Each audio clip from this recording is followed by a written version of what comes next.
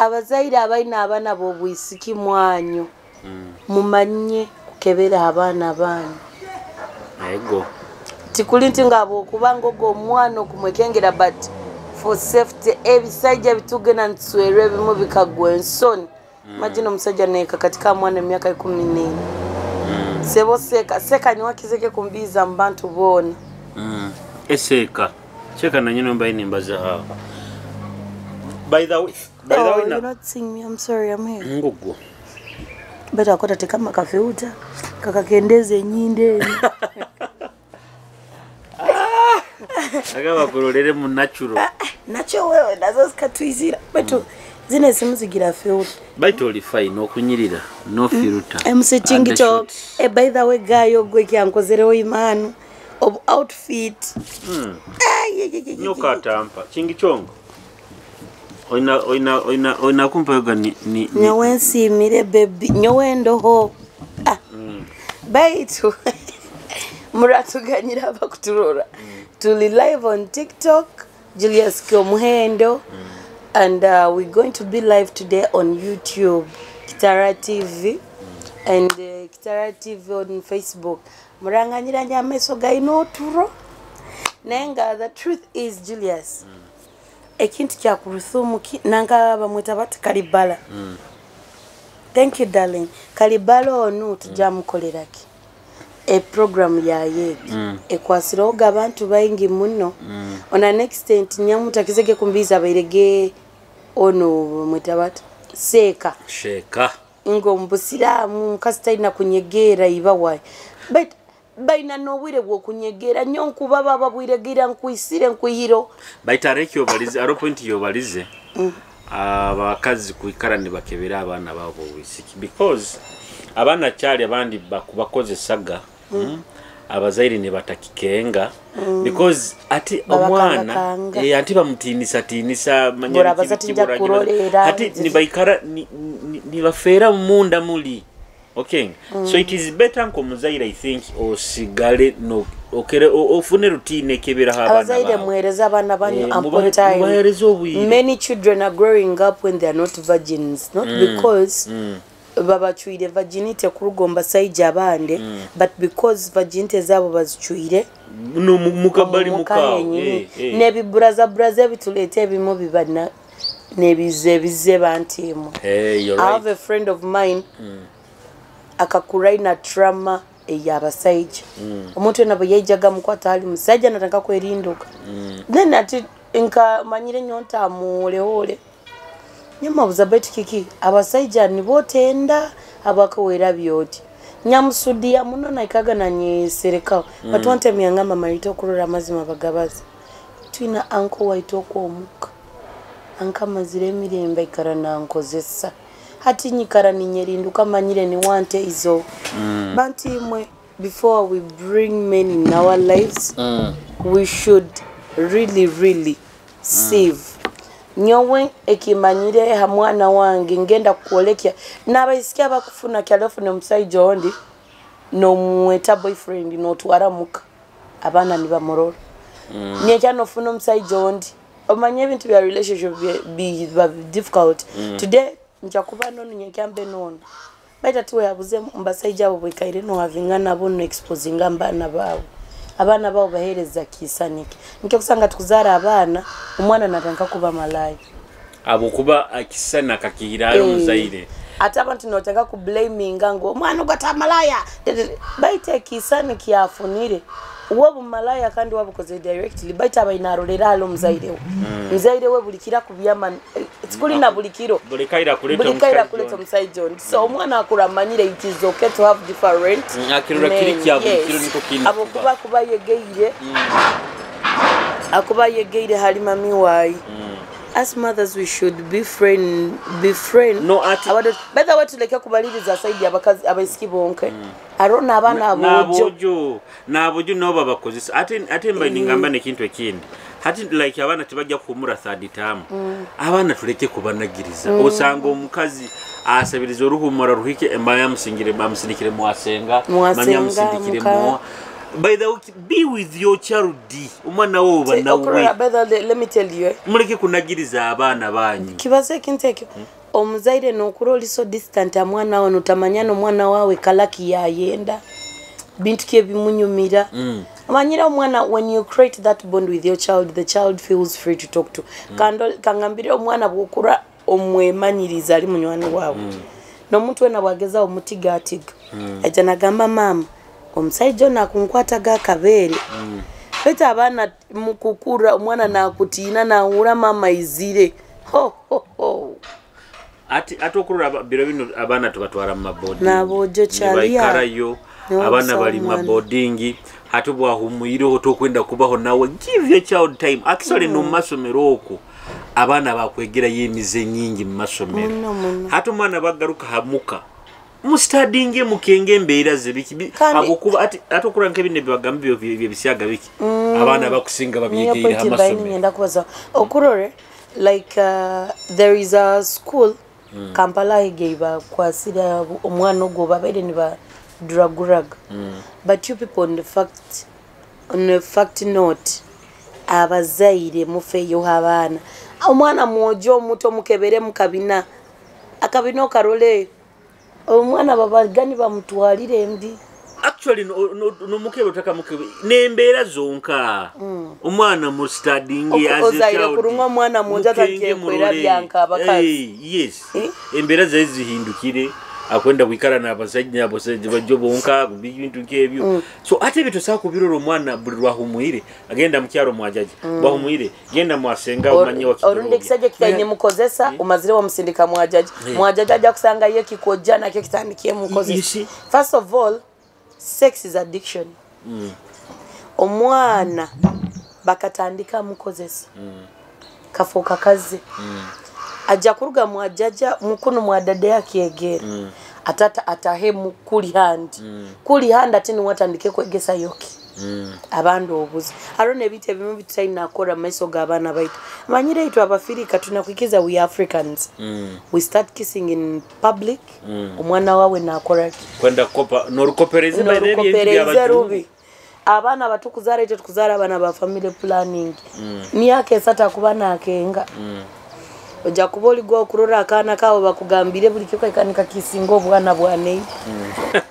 abana buwegereza wikaledi bobacheckinga obati mbagambi parents should get time for our children seriously yeah oga ina point yembaye ninja kubaza boje nyoge ku stressing abazaire abana baitu tubaho wire abazaire twehaire muno kumanya kutoza sente twayefora bize manya kutoza sente manya biki and we have failed to give time to our kids talk about it you get much as you want money okutoza sente biki but your family should be first number one priority habukubaza ne sente zokukora when okuzikolera family okay abana tugenze twabanagira abakozi how can you trust omukozi no mwana wawe fully ogaruke kiro omwana akaire na maid to manyina anaba maid benyini bakozesa abana baitu ego you get maid na yikakatika hamwana so ati mbokuba oinuka leti manyo oli okora musaluni manyo ina duka manyo okora mu arcade kimanya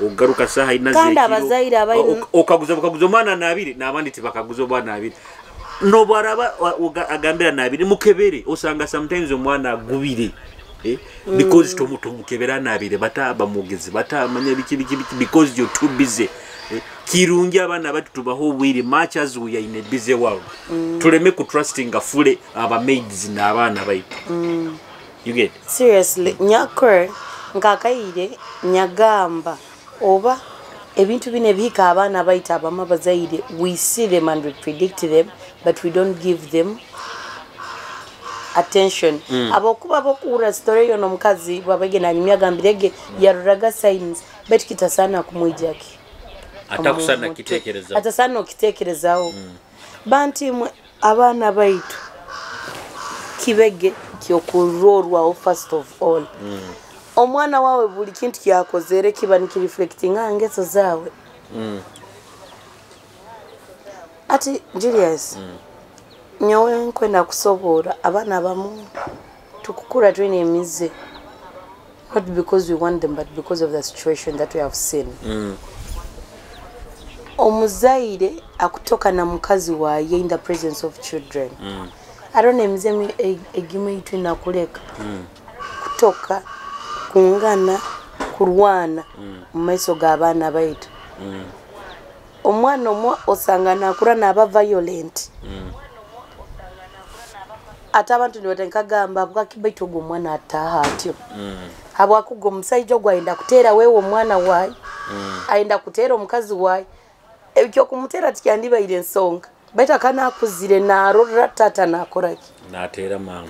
Ati nawe akura amanyire omusajja ayinakoraki.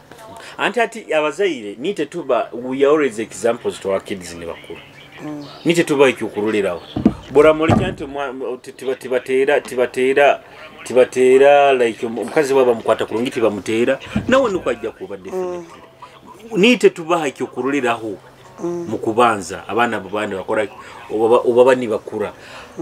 Actually ojja kusanga nti abana abakusinga abaire ba failingire mu marriage ojja kwesanga bokurukinga in the background enyuma ojja kusanga nibo abakuzibo ba single mothers.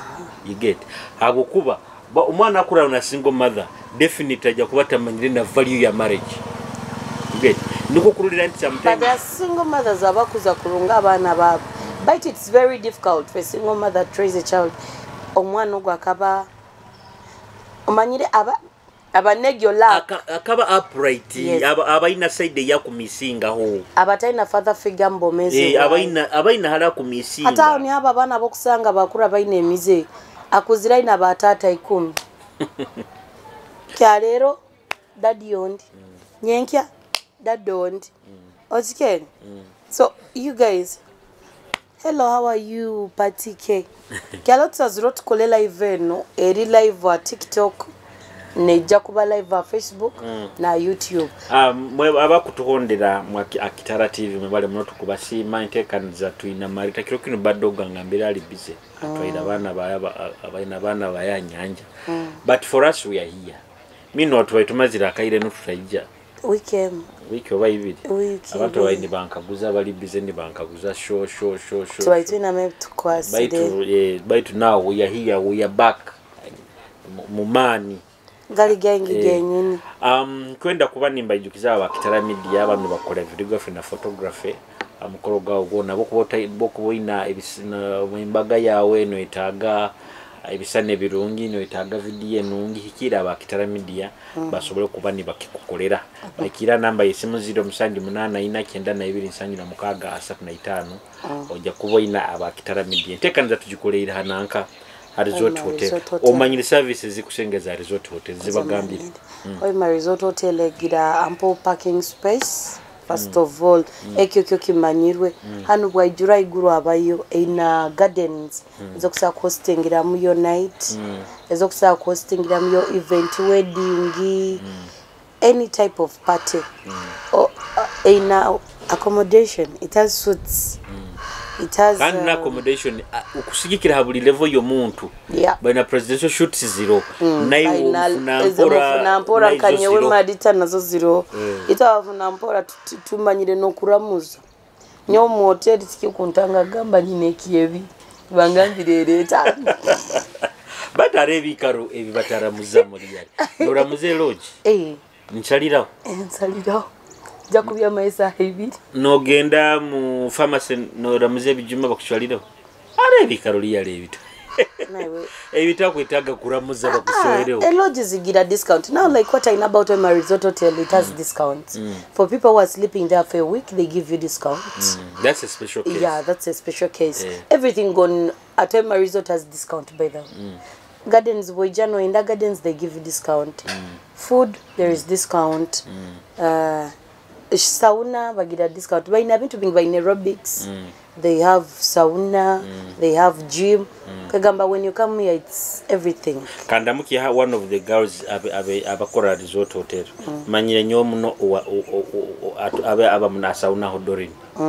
Aroho aba reception ni hano Rose na Irene. Kandi bohabandi. Irene Rio George na mkizona na nkono nya nyonda mukizo Martin Owori bosi wangu Martin Owori akaba bosi wangu cyane na umra mukizo na mukizo kashia manyira abantu bandi banyabira amawa and they were my friends na mukizo manager wa Hoima Resort Hotel guy, he was my friend by the time I was here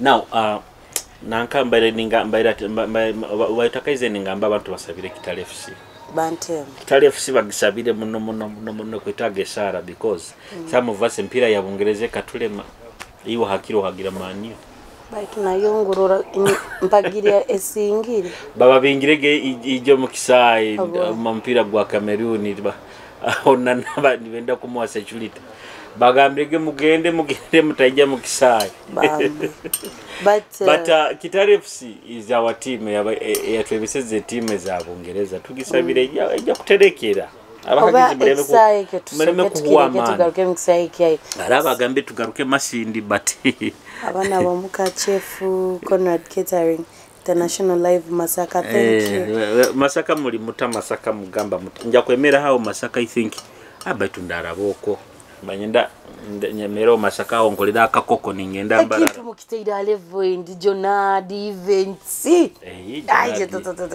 Jonadi ndozere motoka egali Jonadi ebyo byabulikiro nayo mugaiga Jonadi byona abikora ari mugamba ijanteke makasente nkwenda ka iPhone aka message kanu kamumpere bojo cyali Jonadi tukuramukize musaija iwe bale kuba no mutima murungi webale kiyoma nyeke omankisimire bite cyali na nyontekerezo ko muntu nyegomba ka iPhone kazi nkwasire ki IT but let us appreciate Miriam ale message no le mota gimwairale mekungure simu I will protest.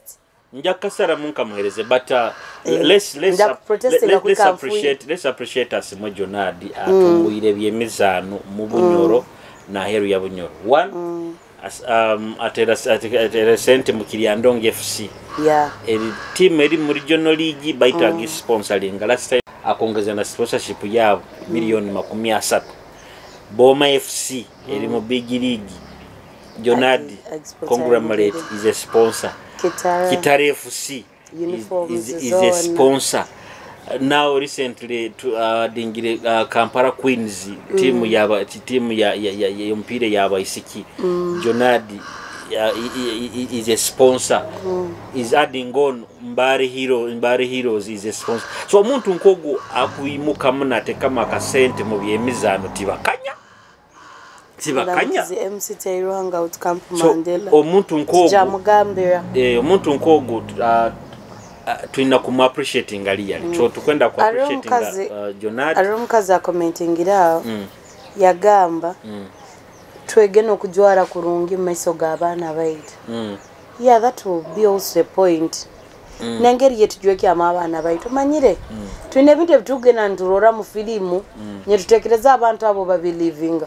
If you have ever watched the life of Zari Zari inengera jwe kya bana bayi it different nkengeri wajwa but Zari does not expose her body aksa kujwara siliti no kuroka ubuntu but down she's always decent banti mu abana baita ngeri tukuba jwekya ntu abakuleteza busajja babakuwane to by that abana bironi bayina mlingo bakuba jwekya gengo irwanga mwana kusanga joira akabaika kati atira katopu nenkaito za canvas kandi abana bakura biro bino bwangu omwana akubana kyaja tobubere butito but abasajja babatandikire ku muroro. What is your say nanka when a scenario hali a scenario ya yono mwana nanka pretty Nicole wabere mu video ya Mickey Wine timayo uboki boyino abene mu video ya Mickey Wine abantu barugireyo batanka gambo baniwe Wine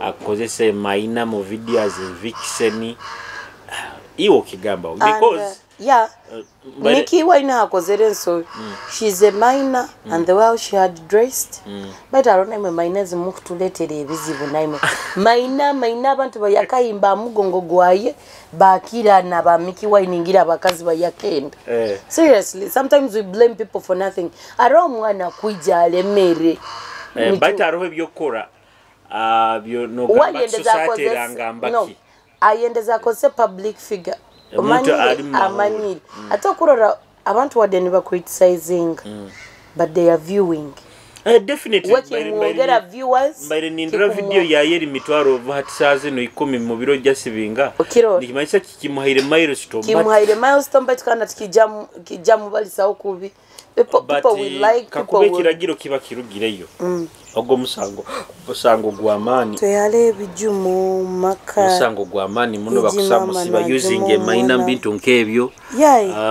child labor misango nyingi ibakusamukingura actually baramu akakyesimba muganko mulinga ali minister w'abana akusamusibaho musango but ndozirege nanka disclaimer ya video director nagamba nti bakahandike baruha bakora biki byona bamusaba mbazaire nabiki babaini bakora video bazaire bamuzaire ate pretty call no bakujunira sazi no pretty call akanana you get pretty call akanana but mwaro mwana bomulemera okamulemera okagamba baitu wewe kiki let her learn from her mistakes she will calm down ito tunebinte bitwakora geida bulye habwo buto baitu kaikakaire twagamba baitu wewe but Pretty Nicola's mother is one of the supporters. Amuhagira kimwe byakora. Oli mama wenyira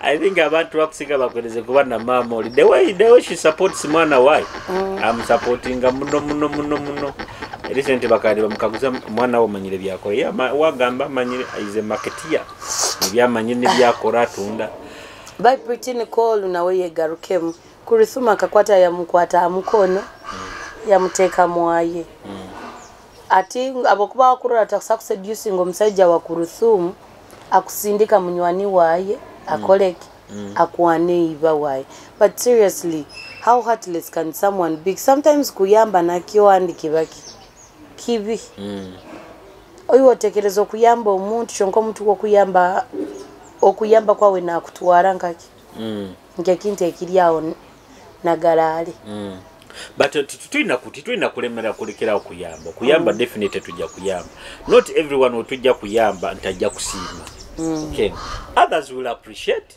abandi tibajja ku appreciating and tulekera okuyamba abantu tunihira return nti nawo maybe bajja kutujja nyonkira gamba abantu leka kuyamba omuntu notekereza nti nawo tomanya linyamba no help that person into ruhanga nuwamanyire nuwali kugara okay titujja kulikira okuyamba abantu kiri kisano gamba ntukajwa abantu nkabajwa mpola abantu nkabajwa tinyenda abantu titujja kubaleka because ndibo tuyikara yes abantu tosaba jua kato sabaleka but what you have to know is kuhindura mulingo maybe bayino okoragana nabo kwega oboraba ono munywani wawe kino nikyo yegeiro halogo muntu manya noja kufuna kusakora yes. So you give yourself a space bokuba nekyo toja kanga kubaza na Julius abwembera ze ensizo orabiremu oja kusigara no bazana but atikiri nka relationship toja kanga kwenda abasajja ngabo kubola kuchwire go mutima bakuchwa mutima nochura araba mwezi mwana inogwa mulava atirisana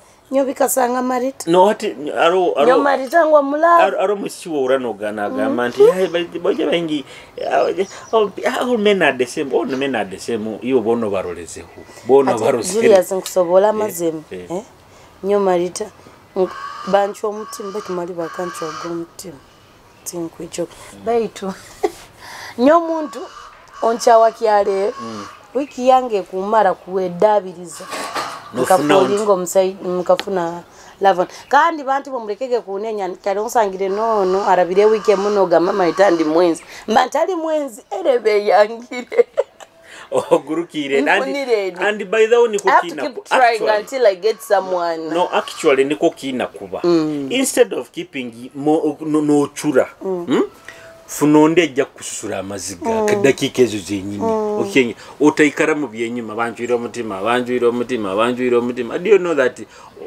otomanya because bantu bano ruhanga baleta tomanya the next person is the right person okay so titujja kujwa kugonza titujja kujwa kuyamba abantu titujja kujwa kubana abantu matches batuchwire emitima matches batukozere kubi bantu that's the life okay so boraboli muisiki bakuchwira omutima manya bakukozere biki don't give up Don't give up on love, by the way. Musharinge live no bambi. Don't give up. Musharinge tufuna abantu bangi beyungemu. Akabi tukubaza we are talking about public relation things. So you never know umuntu wojja kutunga nyencha after Julius nyokuchira omutima wafuna Nicholas.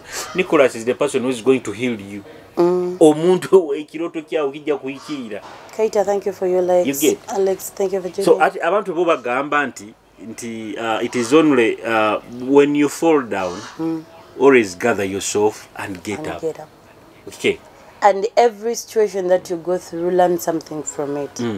Man, soko orole onu bwandekere, what was the reason? Oliver yandekere, what was the reason?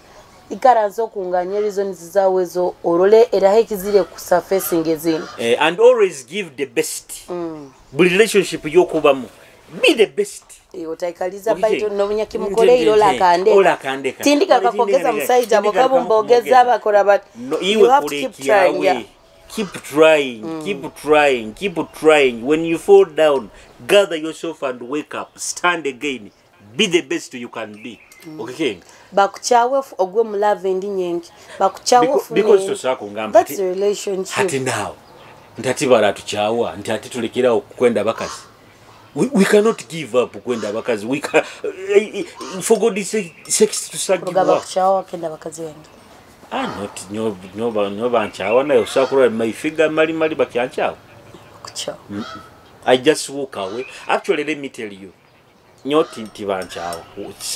I have never been in that relationship zembairemu zifwa a natural death. You get sometimes no sanganti maybe by the Kampala maybe nyagenda hand for a long distance ati relationship communication nefe natural death etio that's it. I've had a relationship. By the way, my relationships zonas kira ending up because of communication and long distance. Because I don't know muntu ndi yabaina nkaguzanti wakarwa roga bagira instiri yabaita what? Enyoka girwara. Muntu akoleke. Hey. Mbuwarwaru muswiji. Whoa. Mama okankana no urota kwekenga oba kugambire nkuleke bati mbwe instiriye rumanyo mundeke Maritah kufa instiriye kanduma okundeka ninterero odiezimu nyonka rara instiriya nawe. That was my first love. Karara instiriya musaija kambira ndekere. By the way that ngira ngo musaija ngano yakasoka konde saija akagamandekere nyarwara bampikia kitaba edipao nyabagama muleto musaija nibonja ki mpaka bo yaizira wala yo bano kyamurura no kiri akira kudupirega kagama kalitwe garukebo. So it is true to abantu barwara love. Yeah, true. Kusano kweho obutwayo nkarira musikake obutwa mufanta taginywa buli bwagiwuraura nenuko obutwa buli actually nyoti nja kuhakaniza because mitima yabantu yaukana nanyo mu following. By the way, you guys follow me also. Follow Maritah. Emitima yaukana tinja kuteze mpaka abantu abaine emitima encheke. It is true. Kikusana na abantu abeteka mumu nankani beita. Some people have weak hearts. Yeah. Okay. Omuntu na muchawa na muleka atakusustaininga the heart. Atiwe, there is a story that I read about omwisikono mu Filipino. Boyfriend akalekao guy yawura takusa kitekinge habwe itima yakwata omwisikogo batesa na nyina naise bakabaina restaurant mwana omwisiki ba muchumba bamusavingira abantu because mama takwene mwana wa yarabe mu stress bakwenda bakoleki chonka bakewa kintu kimungu kamera za street zikaba recording ani bayimba umurambo kuguya moto. Was that a film? It's not a film, it's a real thing. It was even on TikTok bakagi posting. But posting even the clips, the remains. How can you be so heartless? But love is hard to understand. I've seen people who kill their fellow people because babalekero. No, by that one too. No, chawa abantu mutabamanyire nyoja kunchawa Julius. Akutinisiza. But abantu by the way abantu Maritah these days kabali heartless muno. There is someone asindikire invite na kubaza naye. By Nindora recently. Twaibu. By Nindora Ijweri. Omusomesa wananka wabwiki obaisire omusomesa Moses Katusabe. Ogwa kabaticha wange wa mate. Mate mereri yale. Oja abantu kabaine emitima gibi. Twaibu baza naitwe. Abantu kabaine emitima mibi bojwe. Omusajja bakamutema atema. Up to now people are asking themselves kikaba kiki. Abandi bagamba likaba itaka, abandi bagamba but omusajja we myaka 5 mali no mutema to that level. Abantu kabaina emitima mibi dali. Tribe tubaire tubazana emitima okuchwachwa abantu emitima. Ni mutulkozani mutulekao twaibu. Twaibu. Hey. Sinia mukuchwa abantu emitima mojogo. Baitu kwa nkudupa musajogo byebina kaswera. Kafuno mukazi. Sebo Twaibu agira love. Akakora na surprise ala heru. Mukazi wamuletere keki nebimoli. Kankudibya international. Tujambongisa atuhereze experience. Yakurabamu. Tujja kubungisa ho tuhereze experience ebyokuraba. Iwe Tribe tujja kuhostinga gayo gwenwa kwasaganya page za Kasule zona. Kasule Ismail tumuramukize. Msajjo go mu mwaka ruru. Kaba kiyamani. Songa kape kachwa record. Baitu bakasingo baba kabate. Aliza utusindazikenge kurungi. Baite kinyimanyire bakagamba abantu bakalya bakanywa. Ebyo kulya bikaba bingi muno bakaba baina yeki dispensa kya harage mutikikabaho gakire ekintu kya Kasule Ismail kiyakozere akaba kidispensa kya harage bine biba bya club Kasule center akuziranka no dema moti biya bateire mu biya nyingi no chulikaga no taga butanga akatabu Kasule center akuziranka abantu ina center Jonad center ziyanka Kasule tali wenka abanywani baye kintu no bakikora abanywani ba Kasule Kasule mpeyo nke Kitera kya wiki ena Fox Agambye he loves my lips. Dero hatoro mutandikire ku muhanda. Amukago. Kino kika obandu batenta kyale njaguru bata Muswero mukazomi cyale. Muswero baitajwa hawango musajja nike kizibu. Kandi nekizibu onchwa kyalero mutima nyenkani ngwa mulavu nondi. So tukwenda kusasira family ya Master Moses Katusabe. Nambi kama abagumye baticha wange kusaba polisi abebyo kwerinda kandi bamwitire mwaye nyini polisi mukoro muri mugwanyu let's know abaisiro mu kasajjogo na motives zabo. I trust Uganda police mujja kole kikushoboka kiona to bring to book abantu abakozere kikole kandi Uganda police kana katumwa kankabahe Uganda police mwihale ebintu ebimebe kuswaze ibara lyani omuntu na akora musango gwa amani nabayo busente malini mulekerera omuntu because you're given some money you people lives of people matters nyawe nkyali muno nsonga ya seka na nolo mukazi obakwatire go mwana wayi ingu police ekaikara ne mchanga changa nabakabagiyaki sente you people you're not thinking about that child obakozese ize omwana ogoti mutekereza feature ya hiyo maiso akusa kwita but kandi tukusima Uganda police mbu ehule buli basire muno barugire ba visiting file eyo and omusango gukurubata so thank you so much Uganda police ma police bwakunu hansi kuno sanga nibwe duduisa bonka nibusweka file zabandi misango egimanya biki abokuba bahire obusente obutito nanyo mu following ni mwebwa ku Maritah kiki account ni yegi ni mwebwa kunanka kufayi habomezi bw'abantu because wayo obusente obutagasa so kirungi muno nti police now erugireyo omusango guyaguhandolinga and no musajja kandi baguhandolinge with strictness we should get obwenkanya nkaitwa abakazi abazaire we are offended and we are attacked nikyo kimuna nyonka na abazaire abali mwanyo kanye kufa abana mubakebere abana mubakebere ebichweka byensoni mubikwateho mubikebere abana bali kubi most children tugenda nswerwe ebisaija bayisiki bagenzi bange nkubagamba kino omusajja takamuhimbire kumwolekya mbaana baawe be sure of that person araga saija agaja mbomezi wetu kwita nokuwerekereza saija nikijani kwesiba okikuleteire sirimu kijani kikozesa abaana baawe ke abo kama nyireki wa Maritah kiyefura kyakabi kanje mbomezi bwa araba kujja abakasaija abajja n'abakazi arabajja na mission zaabo arabajja na mission zaabo arabajja kuhwerekereza kimu baitunga ebintu ebitukubazaho hano tukubaza abintu ebitukwenda bikolebwe tukwetaga tube ngatwe bunyoro eno Kitara TV twandikoseze ndimi zingi betu kasara tubaza ururimi rwaitu orutukusa kwekenga ituna tukakora tukeura tukamanya era kali yetu lekalike hara abazaire we are going through this long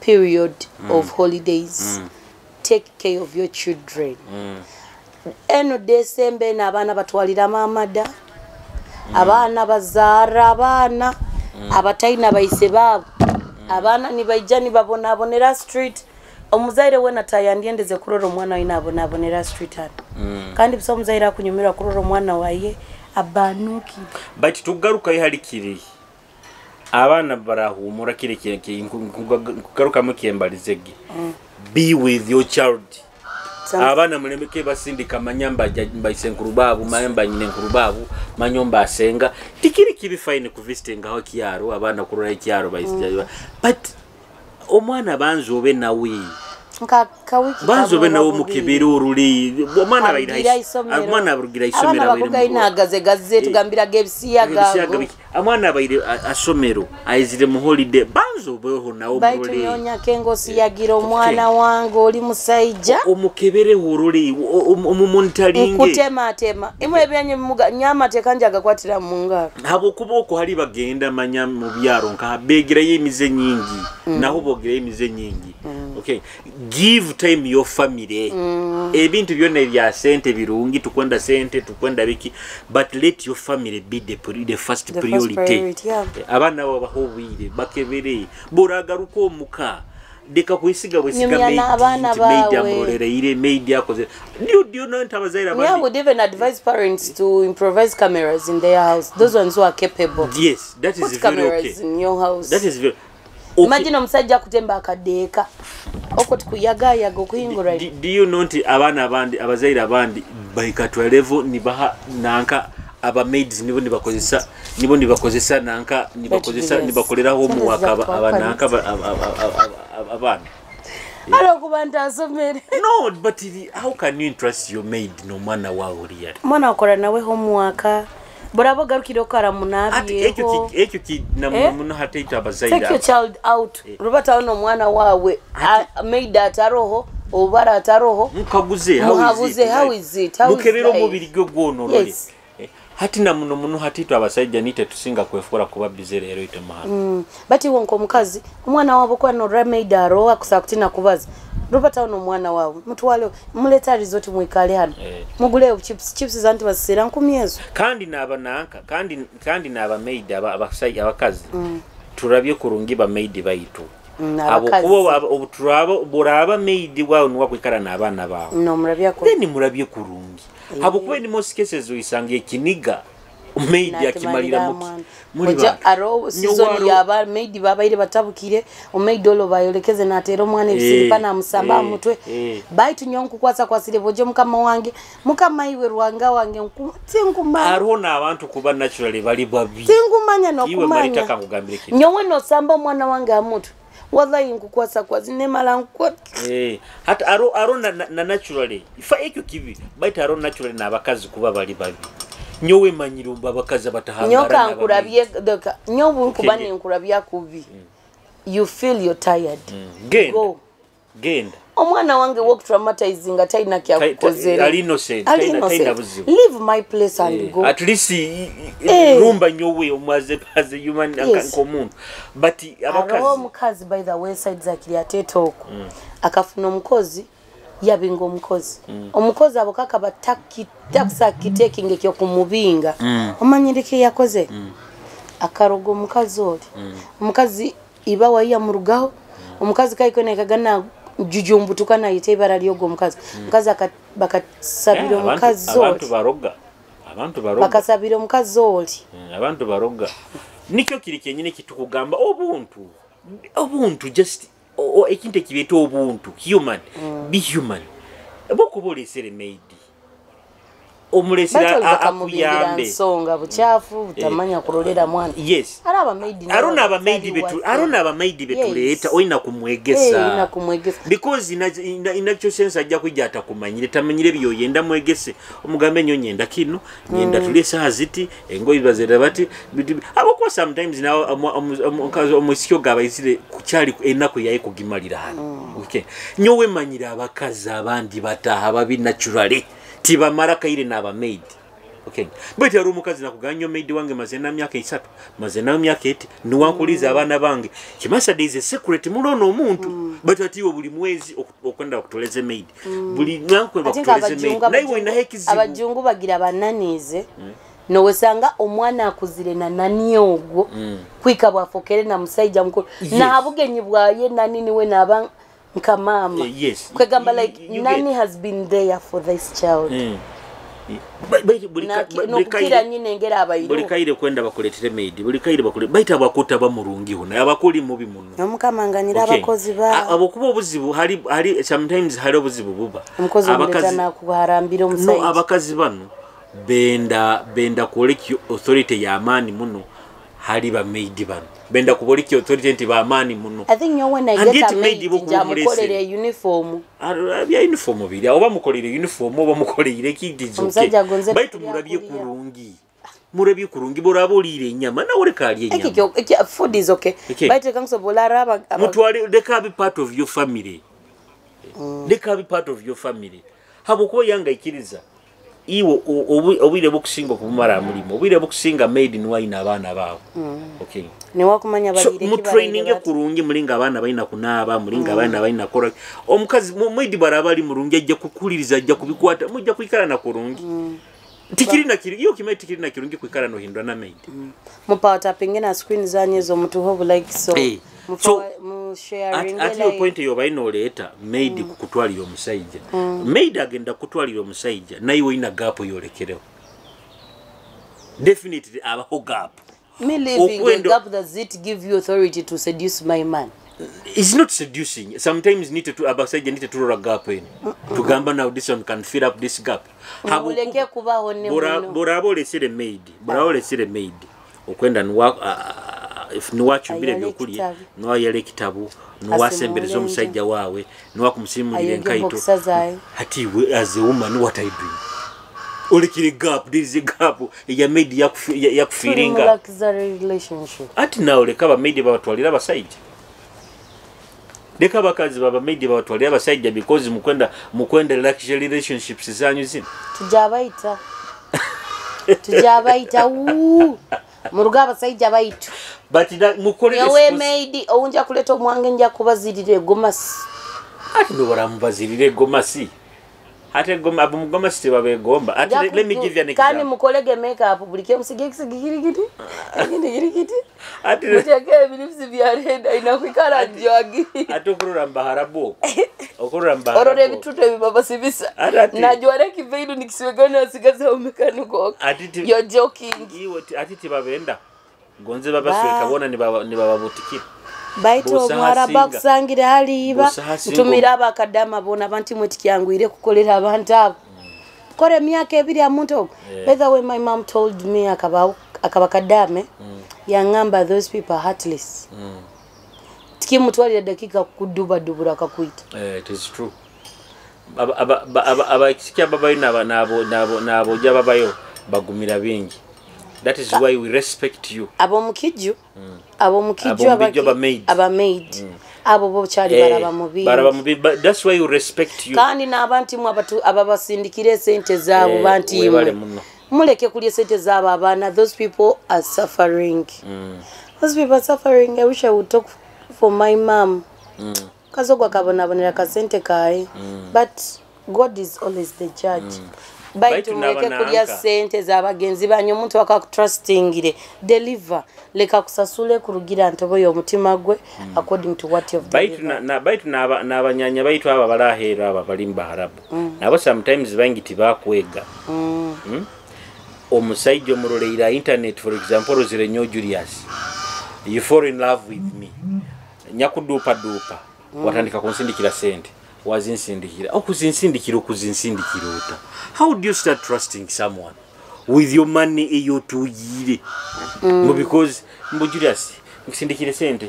ogule yenju yaitu ogule manya biki really because you have seen me on internet then you start sending me money someone has sent a message yagamba you people don't know what you're talking about. Maids, I've tried all my best for my maid, giving her, but they don't appreciate at all. Then ogo muleke ofunondi. Ogo mubinge. Batikandi. Abakubogwa kuhereza n'obutwa. Batikandi nyo kyemba iningamba. Maid. Bokuba the kind of person looking for a maid all the time. Kikumasa iwo nai was a person in kizibu. Agambira mukozi wanu what appreciating because people power up on your screen share this live. Tihali buli muntu gojja kufuna ajja kubata ku appreciate. Following ene account ya Maritah. Abakwenda kubaza na nyo that's my. Tihali buli muntu ntajja kubata ku appreciating. Not all the time. But nyomba ini tubazali bakadamu. Enyonka kurao by the way na maid. Maid white owomuka yanteraga.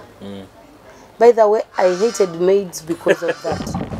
Maid white yankakaga kunywa amata ujuke nyonta mulise so aroha amata ti maraga nywa amata hawente ntimba bundie nyama yente ntimba mturuka hati we yankakaga kunywa amata kanda nyo the only thing I would take was yogurt baita mkazi yankakaga kunywa amata na ntere silipa kwika mama wa Joy Good dogo Joy Good tukuzili nayo she's my long time friend hati ogo mukazi niwe yarugire baitu binyirirake manya binuru ogo mukazi niwe yarugire yo yatera omukazi ogo bayamuteire ya kunganiza mamonga ya mugambo lekero to mukazi nkono kurorero mwana wawe omukazi ba moving the woman would torture me seriously kandi no rama mwange taikara nga uragamba murabya kubi because my mom was a police officer hatta yaikara hoga omwisikogo yanteraga yambonesa so arombo mukozi na kujja ino mutima gwe arona abakozi abajja baine emitima emibi but hati mama wange yasiba oga yagaruka garweba mama wange bakagusaga bomezi buli buti nagamba ko waza tojja kulya nyenkya tojja kulya kandi okimanyire I understand the situation intajja kutinisiriza manya biki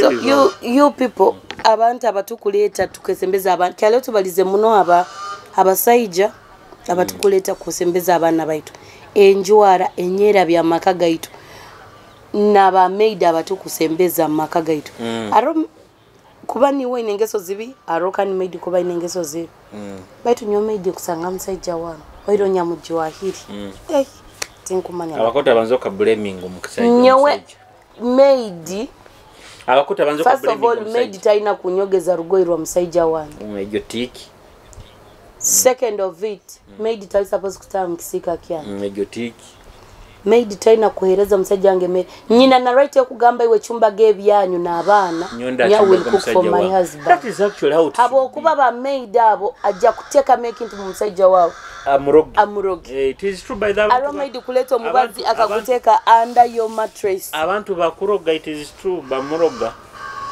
It's not one maid, but it's very rare to get a good maid. Baita araba maid abarungi. Araba maid abarungi. Aramka kandi kakugambire kino. Abantu abakwenda aba maid batungega abakazi abasembere yo myaka abakuru. Abazaireho bajwahiro bomeza atalo bwana buno obuto. Obwana obuto buba bukiaraho buto bomezi bukyabutwara butali serious muno azaji. So abamaid abarungi baliyo abamaid abarungi baliyo abukuba gama obomezi nti tukabufura very busy but why would you need help at home no sakwe kolera emirimu yawe naro kubano ine emirimu yawe ndiyo ati nikyo nkugambire ati Julius Kamsobol there is a time I would be at work nyina abasista bange muka kandi nabo ne basoma baina garuka child from school tunaga kusasira abana abo they've been through a long that school agarukire omuchome amanyire to tukasomao no ruga isomero no garuka muka kogiye ebintu bwire buli bwa lunch baina garuka soko yogiye ebintu then ni bwo koleki oliye nokera nyenkyakara iziba kera nyenkyakara iziba abana timu itona tukabikora omwana agenda isomero wena ajwahiri bwire bwa nyenkyakara kuroro omwana akutimagira nowe habuza iyi omwana yakatura sazi na bakina atimagira abazaire mwereza abana obwire bwo ku relaxing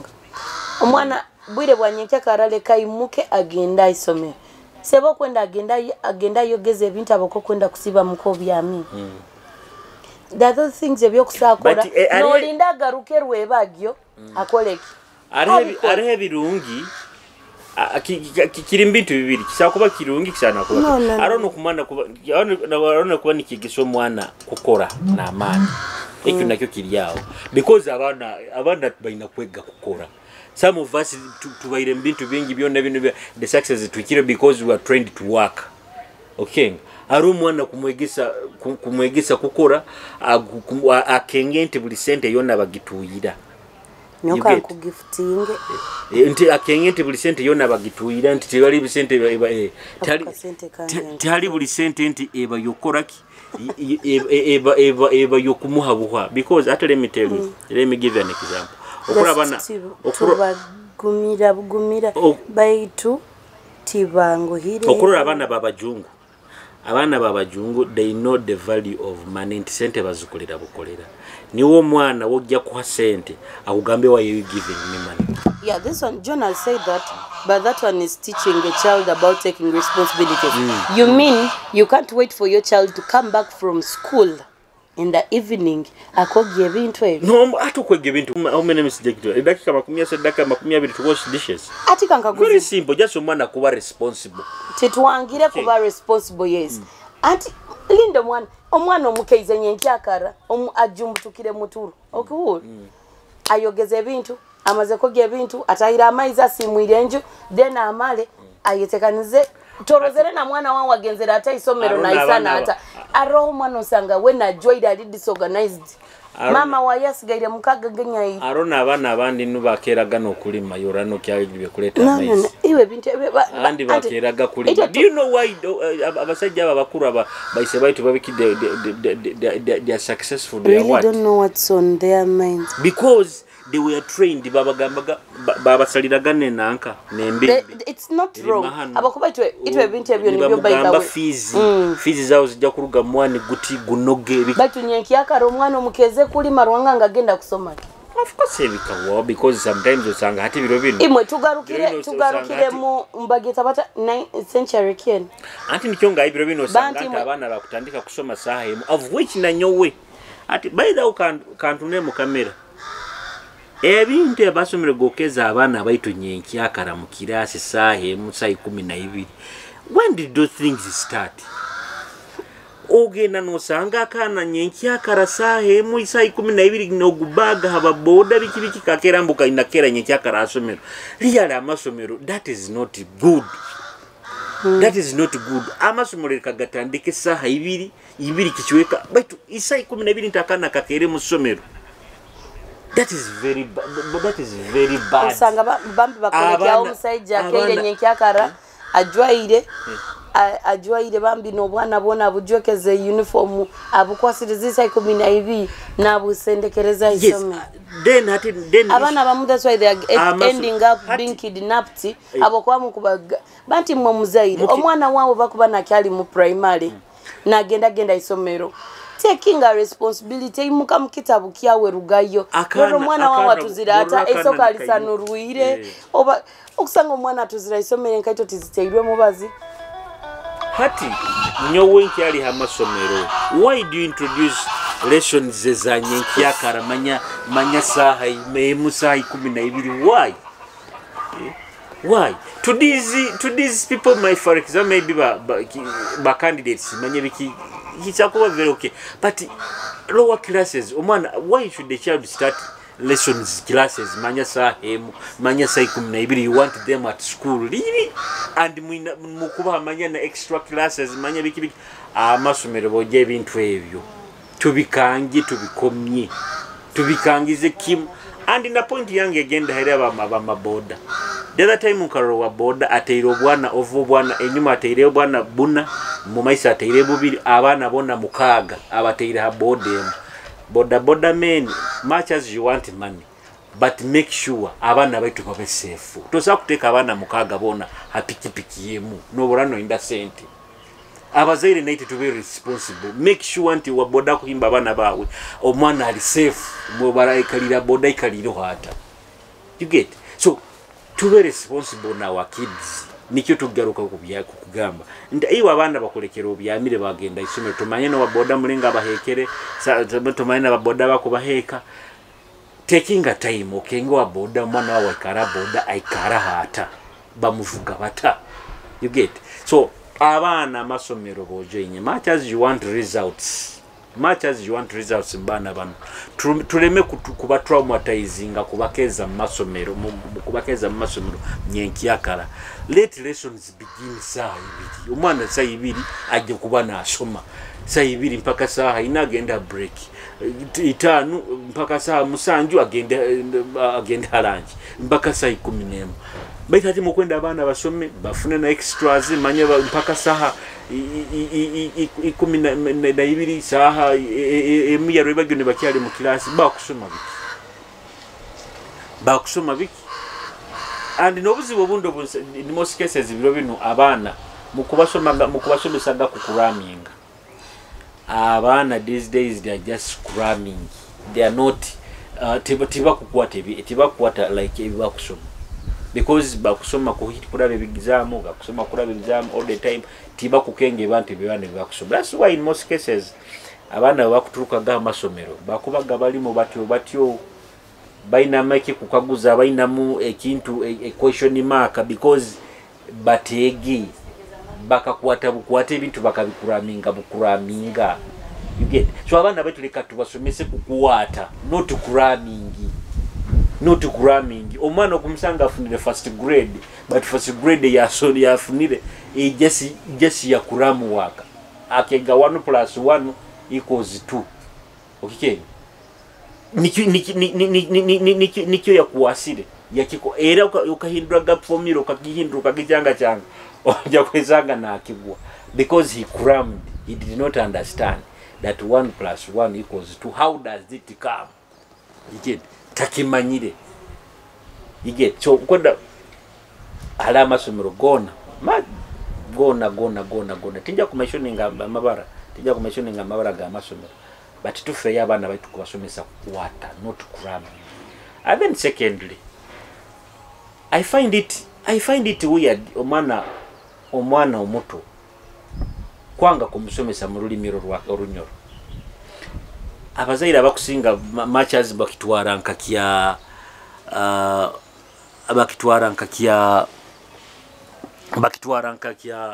oba kunanka oba nka pride bagulya pride manyo mwana wayege akwazo rujungu na kyali mwana muto oba bigi but now omwana ono olulimi lwayaro alwigaruta oluzaliranwa kwenda kusima government of Uganda that came up yaragira nti lower classes abana babegese omululimi oluzaliranwa omululimi orunyoro Uganda biki nibakyatandika amasomero.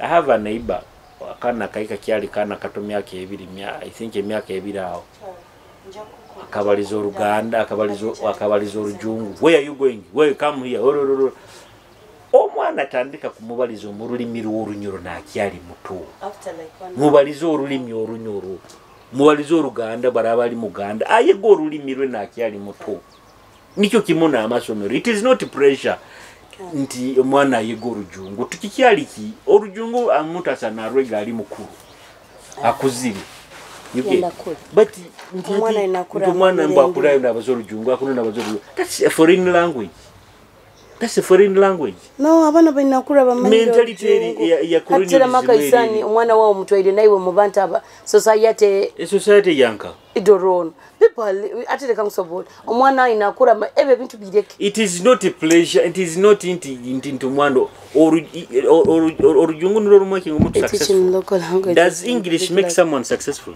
Not being successful, it makes you learn communication skills. Communication skills zegere mu rulimi rwawo. Ale kangusobol. Julius. But aliyego rujungu mu primary. English. Yeah. Secondary kuleme.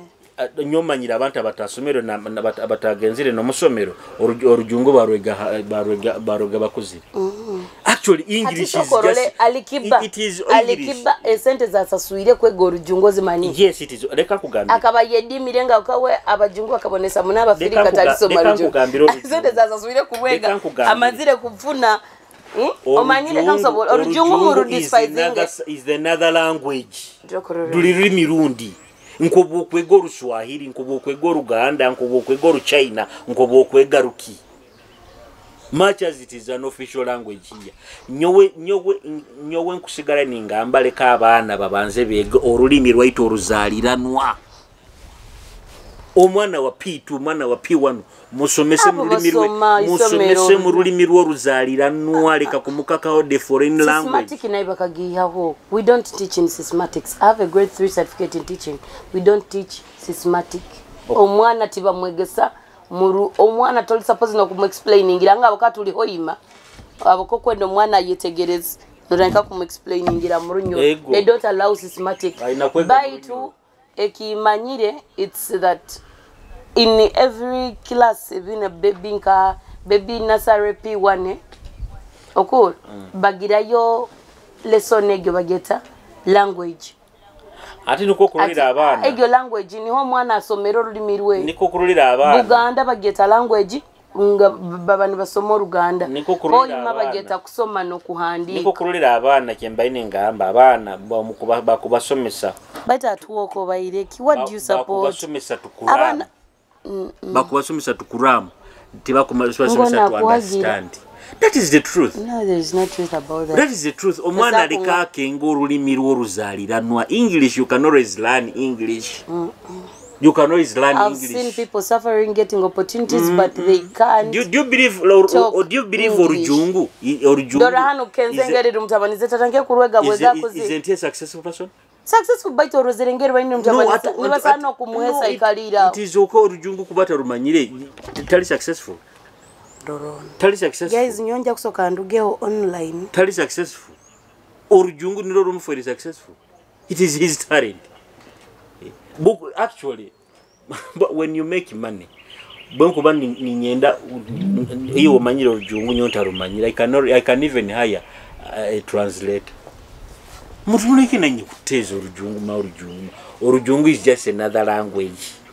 Deka abana babanze bego rulimi rwabo ruzaliranwa. Bego rulimi rwabo ruzaliranwa. Mpulire. Okay. Niko abana bakubasomeseza tukuramu. Because olimire kimusoboro mu rulimi rwa kengo ruzaliranwa orunyora kakikenga. Yet bine byabazairi mu mwana wakamusomesa umwana yakazarwa utandike kumubaliza orujungu okumbaliza orujungu mubaliza orunyuru era buli twikaraga habyoto nabayisenkuru baitu ne batukane batuganikiza ne batukoikeza nitukura tumanyire urulimi rwaitu ruona tumanyire biki obaliza kurungidi and we successful era buli and we successful abana bakwika ne graduating because bamanyiro jungu but bite bamanye ibintu basomere batabikuwate ma country ma company gatandika no kubabe. So I think program to Gimaliz.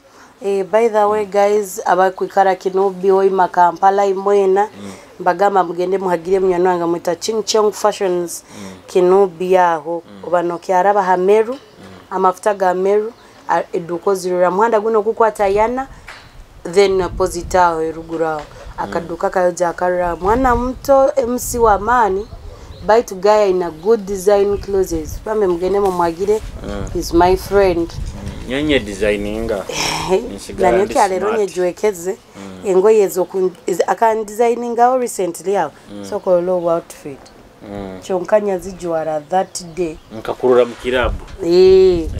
Ndi mubi muno. Nkakurura. Bye. Okay, tugende. Okay. Okumaliza. Tumiroho Ivoni munywani wange, tumiroho Mase. Mase nkabaza nawe. Abintu bye wantumire bulobo yeberu. Akagamba ati. Nja kwa kanamba. Mubaze bihingura ina. Now these days I see parents in Bunyoro teaching their children Lugana instead of Bunyoro. It depends on the language that is at home. Nyobu nkuba ndi Muganda, tojja kunya expecting kubaza omwana wange no Runyoro. I don't think there is any parent akusa Kwegesa omuntu olulimi rundi lutaliro. Itwe mama ngata muruli tukakuramuka bandi bona batwalizaga Orunyoro bwe yabazagaki oruruli na yenda abakiya bigisa gorulimi rwa instead oraise wait already to arukosaga bait when it way ya communicating agana itwe akakuli tugenda yo baina wali dictator no kuli tugenda yo akabaina kubegisa oraise wanyu ata already tukaturumanye kirinka manyira mwana inakura manyire ndimi za side zone aina kumanya side za ise wabo na nyina wabo oraise ni rwo rukuru oraise wait turumanya tirirwa kuderesa saze oraise ni rwo rukuru by the way kiro kinene we bayire surprise nkanta kimota amalisa man uri munyanya nyo man mito abalisa we abalisa wow baito ekintu kirikiti mama nga yatubaliza golumyo kikatu yamba umuntu akati wagenda gakiri ndongo okwe nibatanika kugereisa mwikalire ni mubatono orugenda kwisana mo orugongo tamoru gunguru tamoru soga bataside za kiryandongo nakasongola that's the origin ereka tubaramike bona bana kasongora kiryandongo ijama sindi aho bulisa ndamukizo hawo biso munywani wangarezo kuruza kora bise FM aba hano hoyi moje hoyi makikube kagadi kikakumiro ababwe yalo bebe boyale ni yeri mu kiryandongo boyale izi ni kiryandongo district oje mu kibala aho nyini kibala tubaramukize inywena mwebale muno kubagane mutondere ntekaniza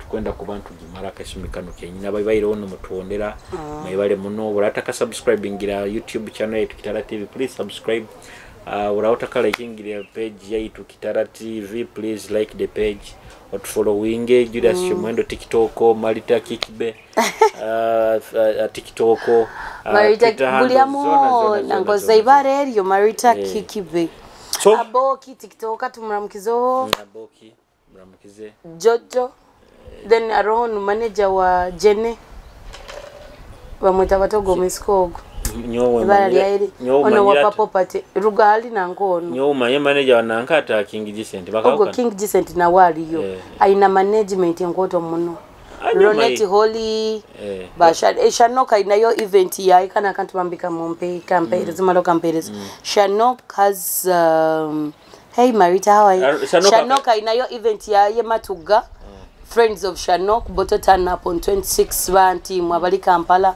mugene mu muhagira abanywani bae it's a house party mugene munyo mwenge baka kura ko it's a boto turn up party nyo kwijja yoko Shanok ina kunconfirm ngante cyana kiroho iyo boto mayikijja kuba mu house party Shanok akabanaenda mu hosting Shanok tu baitu confirmingo ekiana on connecting nja kwijja bacha Julius aviana bijja kuita ati nibyo tuwagano genongule akananka kana kasuruke yanga akara poko nyomfunire kiana yonka kutuma mu amase nayo kagenda kwemo nka muhe namba mwana akasimira kimu ngamwolekya ka video yagamba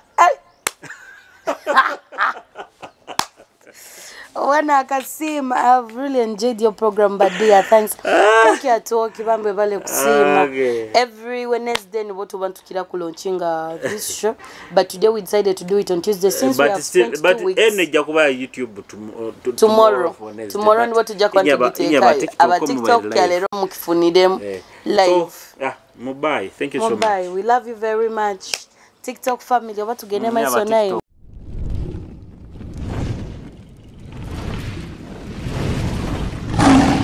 Kitara TV Kwegesa Kumanyisa.